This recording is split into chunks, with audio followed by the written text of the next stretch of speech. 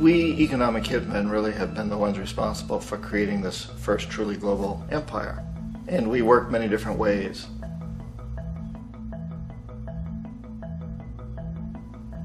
But perhaps the most common is that we will identify a country that has resources our corporations covet, like oil, and then arrange a huge loan to that country from the World Bank or one of its sister organizations. But the money never actually goes to the country. Instead, it goes to our big corporations to build infrastructure projects in that country, power plants, industrial parks, ports, things that benefit a few rich people in that country, in addition to our corporations, but really don't help the majority of the people at all. However, those people, the whole country is left holding a huge debt. It's such a big debt they can't repay it, and that's part of the plan, that they can't repay it. And so at some point, we economic hitmen go back to them and say, listen, you owe us a lot of money, can't pay your debts, so sell your oil real cheap to our oil companies. Allow us to build a military base in your country, or send troops in support of ours to someplace in the world like Iraq, or vote with us on the next UN vote. To have their electric utility company privatized and their water and sewage system privatized and sold to U.S. corporations or other multinational corporations. So there was that whole mushrooming thing, and it's so typical of the way the IMF and the World Bank work, that you put a country in debt, it's such a big debt it can't pay it, and then you offer to refinance that debt and pay even more interest. And you demand this quid pro quo, which you call a conditionality or good governance, which means basically that they've got to sell off their resources, including many of their social services, their utility companies, their school systems sometimes, their penal systems, their insurance systems, to foreign corporations. So it's a double, triple, quadruple whammy. The precedent for economic hitmen really began back in the early 50s when democratically elected Mossadegh, who was elected in Iran, he was considered to be the hope for democracy in the Middle East and around the world. He was Time Magazine's Man of the Year. But one of the things that he'd run on and began to implement was the idea that foreign oil companies needed to pay the Iranian people a lot more for the oil that they were taking out of Iran. The Iranian people should benefit from their own oil. Strange policy. We didn't like that, of course. But we were afraid to do what we normally were doing, which was to send in the military. Instead, we sent in one CIA agent, Kermit Roosevelt, Teddy Roosevelt's relative. And Kermit went in with a few $1 million and was very, very effective and efficient. And in a short amount of time, he managed to get Mossadegh overthrown and brought in the Shah of Iran to replace him, who always was favorable to oil. And it was extremely effective. Bombs overflow Tehran. Army officers shout that Mossadegh has surrendered and his regime as virtual dictator of Iran is ended. Pictures of the Shah are paraded through the streets as sentiment reverses.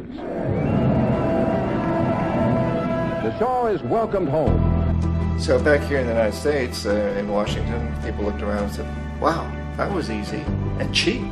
So this established a whole new way of manipulating countries, of creating empire. The only problem with Roosevelt was that he was a card-carrying CIA agent, and had he been caught, the ramifications could have been pretty serious. So very quickly at that point, the decision was made to use private consultants to channel the money through the World Bank or the IMF or one of the other such agencies, to bring in people like me who worked for private companies, so that if we got caught, there would be no governmental ramifications.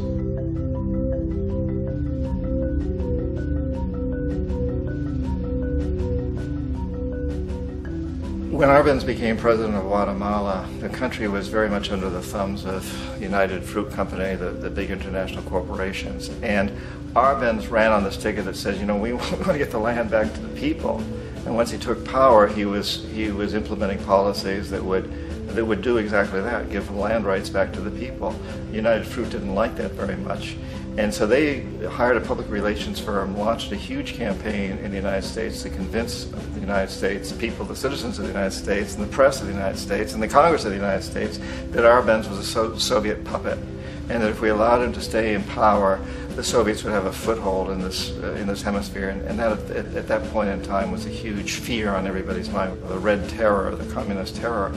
And so, to make a long story short, Out of this public relations campaign came a commitment on the part of the CIA and the military to take this man out. And in fact, we did. We sent in planes, we sent in soldiers, we sent in jackals, we sent everything in to take him out, and did take him out. And as soon as he was removed from office, the new guy that took over after him basically reinstated everything to the big international corporations, including United Fruit.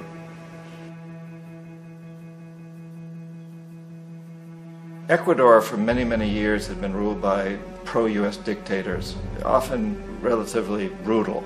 Then it was decided that they were going to have a truly democratic election. Jaime Roldos ran for office, and his main goal, he said, as president would be to make sure that Ecuador's resources were used to help the people.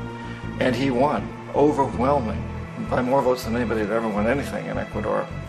And he began to implement these policies to make sure that the profits from oil went to help the people. Well, we didn't like that in the United States. I was sent down as one of several economic hitmen to change Roldos, to corrupt him, to bring him around, to let him know, okay, you can get very rich, you and your family, if you play our game, but if you continue to try to keep these policies you've promised, you're going to go. He wouldn't listen. He was assassinated. As soon as the plane crashed, the whole area was cordoned off. The only people allowed in were U.S. military from a nearby base and some of the Ecuadorian military. When an investigation was launched, two of the key witnesses died in car accidents before they had a chance to testify. A lot of very, very strange things that went on around the assassination of Jaime Roldos.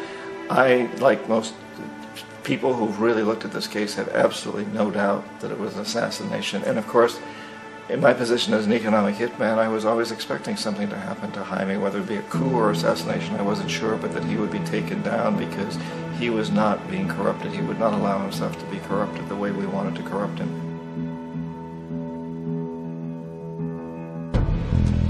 Omar Torrijos, president of Panama, was one of my favorite people. I really, really liked him. He was very charismatic. He was a guy who really wanted to help his country.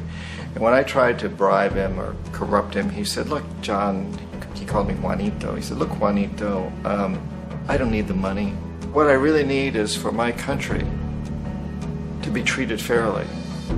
I need for the United States to repay the debts that you owe my people for all the destruction you've done here.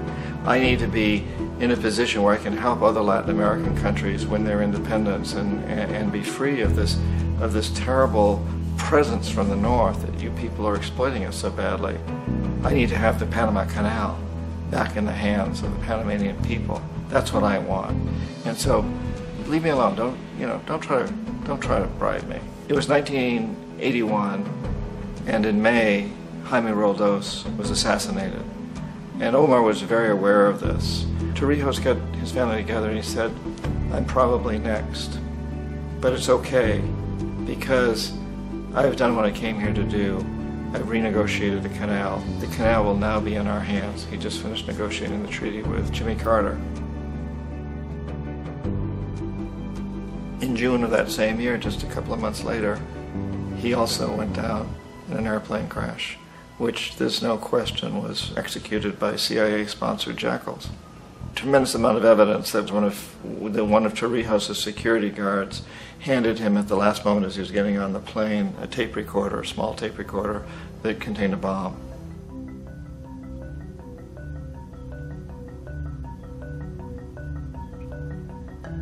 It is interesting to me how this system has continued pretty much the same way for years and years and years, except the economic hitmen have got better and better and better. Then we come up with, very recently, what happened in Venezuela. In 1998, Hugo Chavez gets elected president, following a long line of presidents who had been very corrupt and basically destroyed the economy of the country. And Chavez was elected amidst all that. Chavez stood up to the United States, and he's done it primarily demanding that Venezuelan oil be used to help the Venezuelan people.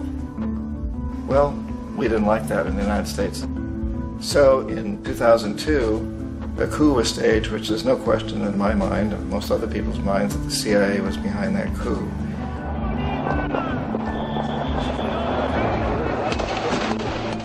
The way that that coup was fomented was very reflective of what Kermit Roosevelt had done in Iran, of paying people to go out into the streets, to riot, to protest, to say this Chavez is very unpopular. You know, if you can get a few thousand people to do that, television can make it look like it's the whole country, and things start to mushroom. Except in the case of Chavez, he was smart enough, and the people were so strongly behind him that they overcame it, which was a phenomenal moment in the history of Latin America.